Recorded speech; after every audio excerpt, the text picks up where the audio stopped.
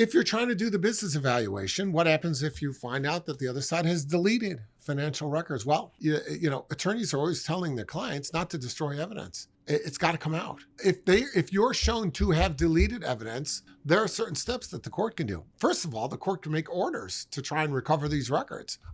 You may, shred certain documents, but a lot of times it's hard to get to the source of the documents, especially nowadays where everything's electronic. So odds are somebody's going to be able to find those records. If somebody is engaged in spoliation of evidence and the destruction of documents, the court can sanction that person. In a lot of ways, said more succinctly, hiding equals losing. You want to hide stuff because you think you're going to win. That's why you do it. You hide things because you think the disclosure of these things will hurt me. I don't want to be hurt. I want to emerge victorious, and therefore I'm going to hide it. You know what? That's usually you losing your case because it's going to come out. It's going to be obvious to the court what happened. Not long ago, I had a case where a guy was a longtime employee of one of the big three. He had a 401k plan. He had a pension. He had union benefits for over 20 years. And when we asked what the value of his 401k was, the attorneys produced a document that their client gave them, which they have every right to rely on the document. They sent it to us, and we took a look at this. We said, doesn't make any sense. A guy who's been contributing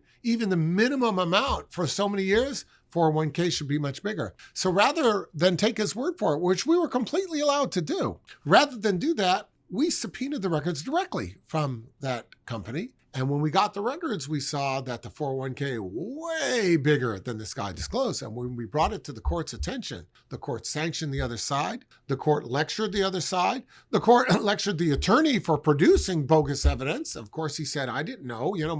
My client was under oath sworn to do the right thing, and he has an obligation. And I didn't mean to show you the right. I gave what he gave me. But the court said, you know what? Just like they figured out that there was something amiss with those records, you should have figured it out too. So whether that's really a part of the story, that's a different aspect of this. My point is hiding an asset, which is what this guy tried to do. He tried essentially to hide 75% of his 401k plan. Hiding that is losing, because what happens is when the court saw that there's an effort to hide it, the court immediately was very open to what we wanted to suggest in order to right this wrong. And what we wanted to suggest was the bulk of that asset. So in a situation like this, if your spouse is deleting information, hiding information, you got to get it to the attention of the court. You got to prove it, because once you do, things are really going to start going your way. 248-588-3333.